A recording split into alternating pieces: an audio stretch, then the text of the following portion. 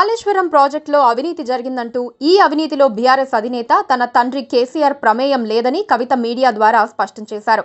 అంతేకాకుండా ఈ అవినీతి చేసింది హరీష్ రావుతో పాటు సంతోష్ రావు అంటూ ఆమె కీలక ఆరోపణలు చేశారు. ఈ నేపథ్యంలో ఆ పార్టీ అగ్రనేత కేసీఆర్ కవితపై సస్పెన్షన్ వేటు వేశారు. దాంతో ఆమె ఆ పార్టీ వ్యవహారాలకు దూరంగా ఉంటున్నారు.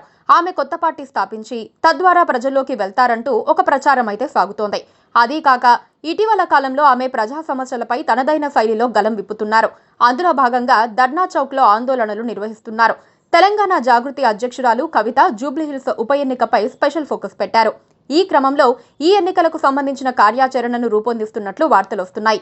ఇందుకోసం కీలక నేతలతో కూడా కవిత సమావేశం అవుతున్నట్లు తెలుస్తోంది. తన ప్లాన్లో భాగంగానే జూబ్లీహిల్స్ ఉప ఎన్నికల బరిలో తెలంగాణ జాగృతి పార్టీ నుంచి ఓ అభ్యర్థిని బరిలోకి దింపాలని కవిత యోచిస్తున్నట్లు సమాచారం. ఈ నేపథ్యంలో కవితతో జూబ్లీహిల్స్ మాజీ ఎమ్మెల్యే పి విష్ణువర్ధన్ రెడ్డితో ఇవాళ ప్రత్యేకంగా సమావేశమయ్యారు. వీరి భేటీలో పలు కీలక అంశాలపై చర్చ జరిగినట్లు తెలుస్తోంది. అరగంటకు పైగా మంతనాలు సాగినట్లు సమాచారం.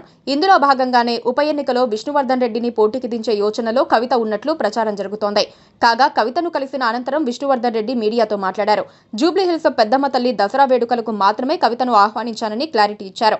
ఈ వేడుకలకు హాజరు కావాలని ఆమెకు ఆహ్వాన పత్రికను అందజేశానని విష్ణువర్ధన్ రెడ్డి పేర్కొన్నారు. ఈ ఏడాది బతుకమ్మ సంబరాల సందర్భంగా కవిత తన పార్టీ పేరును ప్రకటించే అవకాశాలు ఉన్నాయని ప్రచారం జరుగుతోంది. Please